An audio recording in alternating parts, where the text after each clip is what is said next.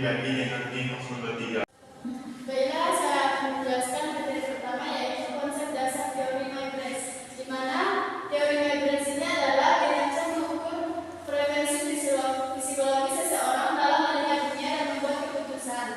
Teori Maybrecht ini dikembangkan oleh Isabel Briggs pada tahun 1940. Adapun konsep-konsep teori sebagai berikut. Yang pertama, ekstrovert introversi, di mana seseorang itu memiliki ciri-ciri ramah, efektif, mudah berrelasi dengan orang banyak.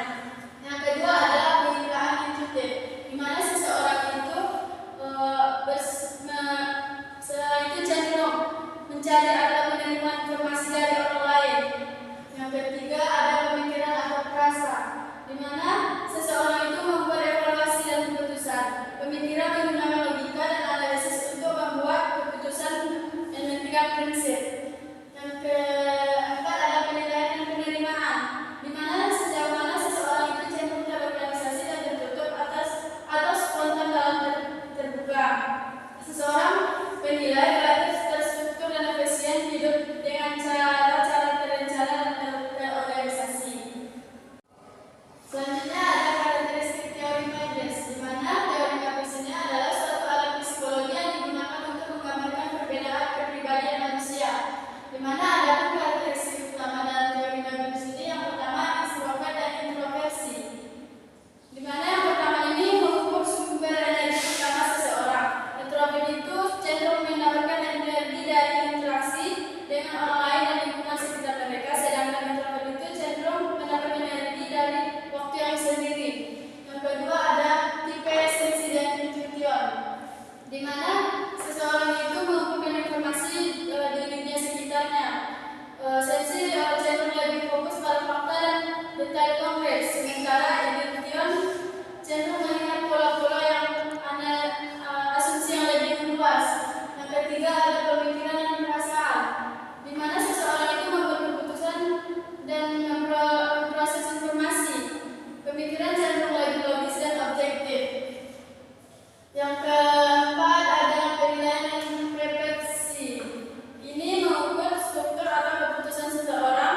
Penilaian cenderung memiliki preferensi untuk jadwal yang terstruktur dan berencana. Hanya itu yang dapat. Di sini saya akan melanjutkan materi yang mana kekuatan dan kelemahan.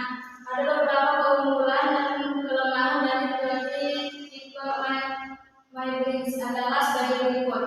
Pertama itu keunggulan, yang mana individu lebih mudah dipahami melalui tes kepribadian karena hanya memiliki pilihan alternatif, yaitu ya atau tidak.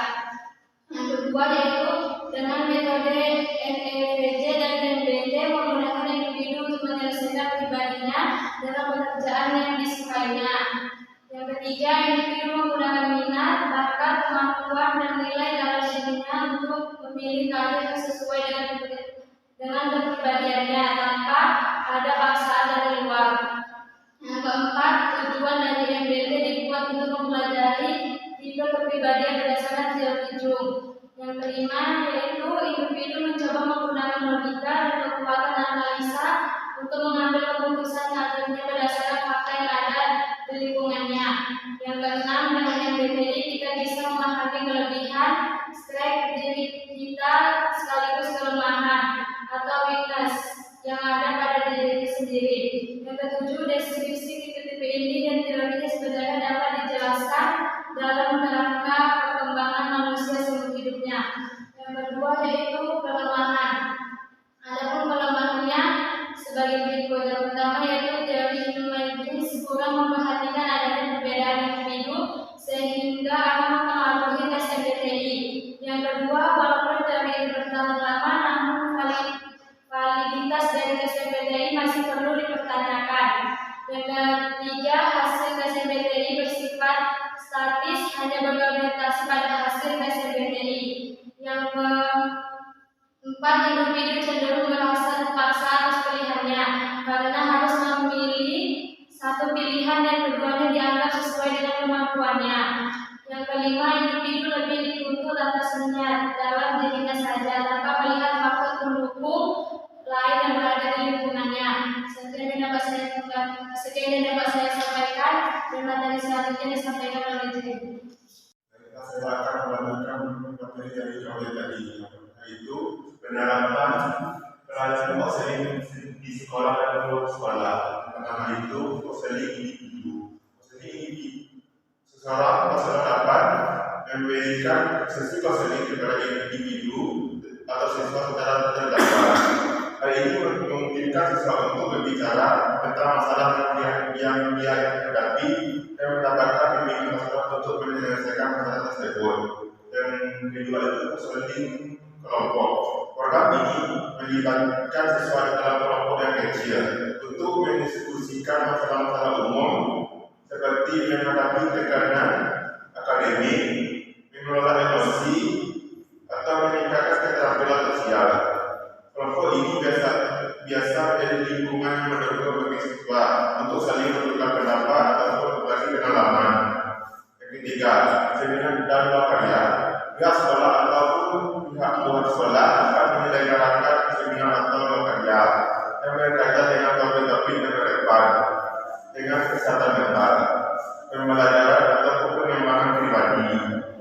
Acara ini dapat menjadikan kesempatan bagi siswa untuk belajar dari para ahli dan meningkatkan pemahaman mereka tentang isu-isu yang relevan.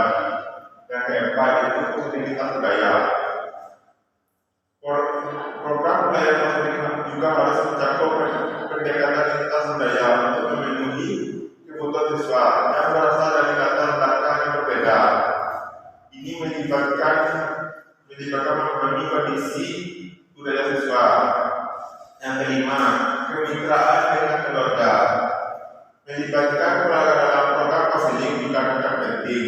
Siswa seringkali menghadapi tantangan yang berkaitan dengan lingkungan keluarga mereka, yang menyebabkan orang tua dalam proses penyembuhan dapat meningkatkan efektivitas program konseling. Sekian dapat menyampaikan.